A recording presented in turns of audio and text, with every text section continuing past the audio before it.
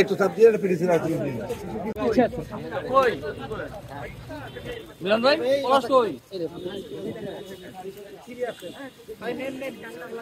আছে সিঁড়ি আস্তে আস্তে আস্তে জায়গায় ধরেন খালি আস্তে আস্তে ছেড়ে দেন হাঁটতে যাবে ভাষা সৈনিক আহমদ রফিকের প্রতি শ্রদ্ধায় তার শেষ যাত্রা হিসেবে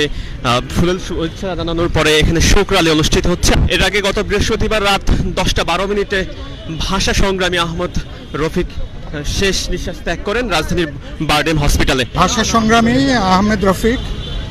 তিনি জানেন যে আমাদের ভাষা আন্দোলনে তিনি অত্যন্ত গুরুত্বপূর্ণ ভূমিকা পালন করেছিলেন এবং ভাষা আন্দোলন অংশ নেবার কারণের জন্য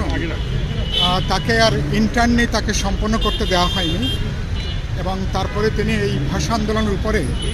তিনি গত 70 বছরে অসাধারণ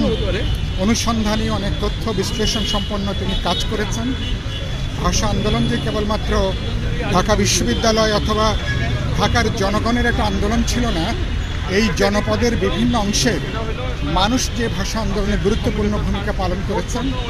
তিনি তার লেখনের মধ্য দিয়ে এটাকে তিনি সামনে নিয়ে আসছেন।